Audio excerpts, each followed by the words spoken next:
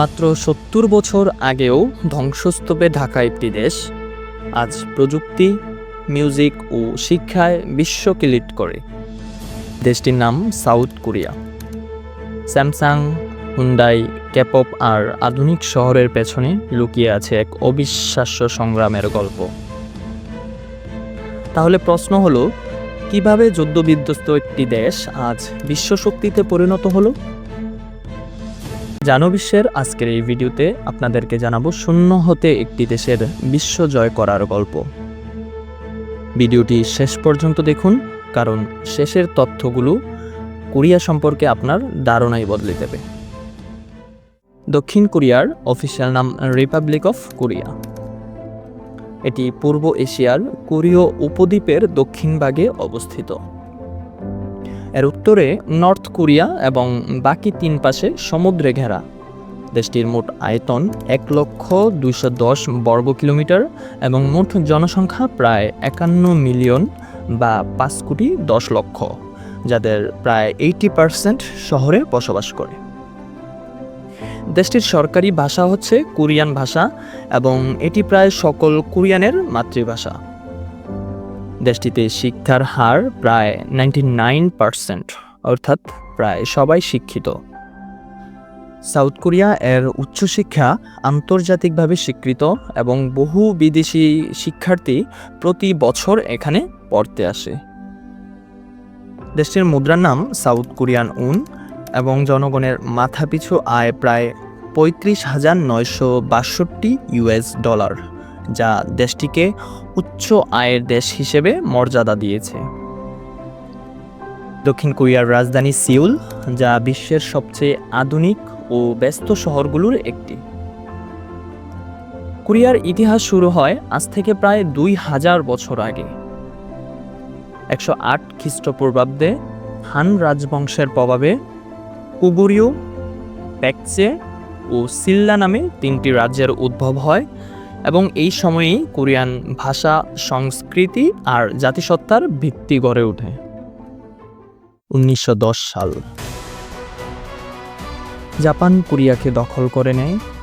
টানা ৩৫ বছর ধরে কোরিয়ানদের ভাষা, নাম, সংস্কৃতি চর্চা নিষিদ্ধ করা হয় এবং অনেক ঐতিহাসিক দলিল এই সময়ে ধ্বংস হয়ে যায়, যেগুলো আর কখনোই ফিরে আসেনি। এই সময়টাকেই কোরিয়ার ইতিহাসে সবচেয়ে কষ্টের অধ্যায় হিসেবে বিবেচনা করা হয়। ১৯৪৫ সালের ১৫ই আগস্ট, এই দিনে কোরিয়া জাপানি শাসন থেকে স্বাধীনতা লাভ করে এবং এই দিনটি আজও সাউথ কোরিয়া ইন্ডিপেন্ডেন্স ডে হিসেবে পালিত হয়। পরবর্তীতে ১৯৫০ সালে উত্তর কোরিয়া দক্ষিণ কোরিয়াকে আক্রমণ করে এবং এই যুদ্ধ চলে প্রায় ৩ বছর।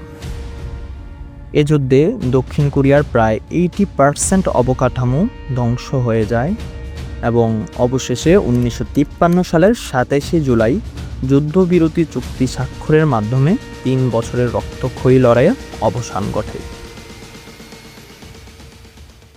যুদ্ধ শেষে দক্ষিণ কোরিয়ার হাতে না ছিল টাকা আর না ছিল প্রাকৃতিক সম্পদ, তবে তাদের ছিল শিক্ষা, শৃঙ্খলা আর দীর্ঘমেয়াদী পরিকল্পনা।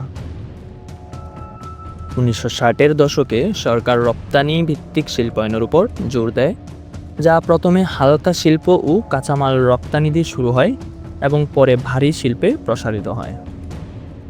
চেইভল ব্যবস্থার প্রভাবে স্যামসাং, এলজি, হুন্ডাই এর মতো বড় শিল্প গোষ্ঠী গড়ে ওঠে, যা রপ্তানি ও অর্থনৈতিক প্রবৃদ্ধিতে গুরুত্বপূর্ণ ভূমিকা রাখে। গবেষণা ও প্রযুক্তিতে ব্যাপক বিনিয়োগ শুরু করে, যার ফলস্বরূপ তারা পায় এসকে গ্রুপ, নেইবার, কাকাও, হাওয়া গ্রুপ, স্যামসাং এর মতো বিশ্বখ্যাত ব্র্যান্ডগুলো।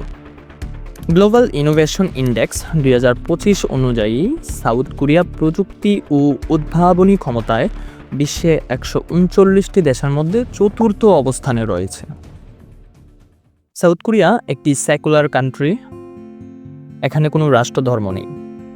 দেশটির প্রায় ৫৫ থেকে ৫৬% মানুষ কোনো ধর্ম অনুসরণ করে না 27 থেকে 28% মানুষ খ্রিস্টান ও 15 থেকে 16% মানুষ বৌদ্ধ ধর্ম পালন করে থাকে। কোরিয়ানদের প্রধান খাবার ভাত, এছাড়াও বিবিম্বাপ, বুলগোগি, রামিয়ন তাদের দৈনন্দিন খাবার এবং বিশ্বব্যাপী জনপ্রিয়। দিনে দীর্ঘ সময় কাজ, উচ্চ প্রতিযোগিতা, তবু শৃঙ্খলা আর উন্নত স্বাস্থ্য ব্যবস্থার কারণে সাউথ কোরিয়া আজ বিশ্বের উন্নত দেশগুলোর একটি। এদেশের মানুষরা প্রধানত 4টি বড় উৎসব পালন করে থাকে। সেগুলো হলো সিউল্লাল বা লুনাল নিউ ইয়ার, ডানো বা বসন্ত উৎসব, চুসক বা ফসল তোলার উৎসব এবং ইংরেজি নববর্ষ। আপনি জানেন কি 1960 সালে দক্ষিণ কোরিয়ার মাথাপিছু আয় ছিল আফ্রিকার অনেক দেশের চেয়েও কম, যা মাত্র 60 থেকে $100। তখনকার সময়ে দেশটি বিশ্বের সবচেয়ে দরিদ্র দেশগুলোর একটি ছিল। আজ তারা OECD এর উন্নত দেশ। আশ্চর্যজনক ব্যাপার হলো এই বিশাল পরিবর্তন এসেছে মাত্র এক প্রজন্মে। আরও অবাক করা ব্যাপার হচ্ছে Korean drama, Korean pop, BTS এগুলো শুধু বিনোদন নয়, কোরিয়ান সরকার এগুলোকে ব্যবহার করে দেশের ভাবমূর্তি ইচ্ছাকৃতভাবে গড়ে তুলেছে। আর এটাকেই বলা হয় কালচারাল ডিপ্লোমেসি। সবচেয়ে ভয়ঙ্কর সত্য হচ্ছে টেকনিক্যালি 2 কোরিয়া আজও যুদ্ধ অবস্থায় আছে।